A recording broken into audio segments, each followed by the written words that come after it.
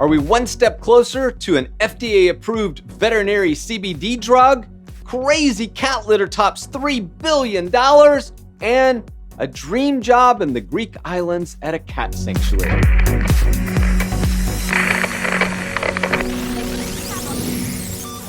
Welcome back to Off-Label Veterinary News, your source for commentary on animals, medicine, and practice life. If this is your first time, do me a huge favor and hit that subscribe button so we can reach more veterinary colleagues. Go ahead. You can do it. If you're watching this on LinkedIn or Twitter or Facebook, hit that subscribe. Thank you. Let's jump in to some of the stories you might have missed. One step closer to the first FDA-approved veterinary CBD drug. CannPal Animal Therapeutics Limited, an Australian animal pharma company with an unusually unwieldy name, was recently granted a second FDA user waiver fee. And that's really important because the FDA is signaling that it's very interested in animal CBD products. Now, this fee can cover up to $300,000 in application fees. So for a smaller pharma company, that is huge benefit. More importantly, what I think this tells the veterinary profession is that there appears to be some solid science behind CBD as at least a pain management and anti-seizure medication. CannPal is currently in its Phase 1B clinical trials of its CBD drug for managing chronic pain. And this study is very well designed and is meant to meet the FDA's stringent requirements for drug approval. Off-labelers, what do you think about this latest development? Do you think it signals the FDA's interest in approving CBD products for veterinary medicine? Or do you think this is just one of those legalistic mumbo-jumbo things and yeah, they gave this waiver and no big deal?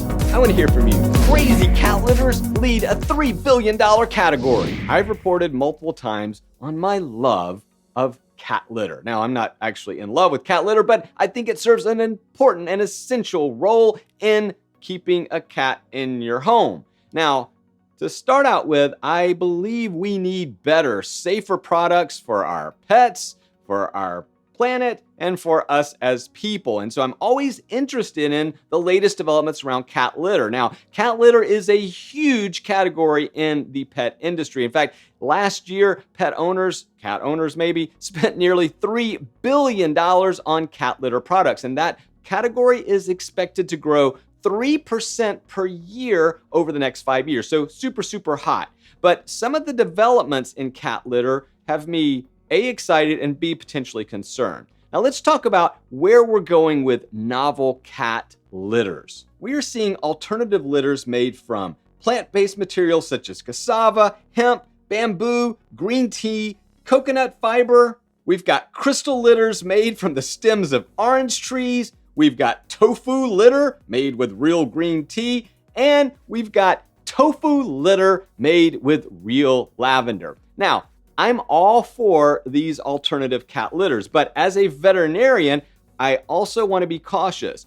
Are we somehow inadvertently creating litter box aversion or elimination behavior problems by adding in all these exotic litters? Now, I don't have an answer for that. In fact, some of these companies claim that their litters actually attract the cat to the litter box, which I'm not sure if that's a good thing or a bad thing. I think this is also important because we don't typically ask cat owners during an annual visit what type of cat litter are they using. And it looks like the market is shifting rapidly. So many cat owners are actually changing litters frequently. And if they maybe add the wrong litter with the wrong tofu or lavender or orange stems, then we could have an elimination problem. So what do you think, off-labelers, about this latest market trend towards alternative litters? Has it gone one step too crazy, or is it just a natural byproduct of curiosity in the marketplace? And more importantly, what role, if any, do you think that some of these exotic litter materials could play in elimination behaviors? I want to hear from you.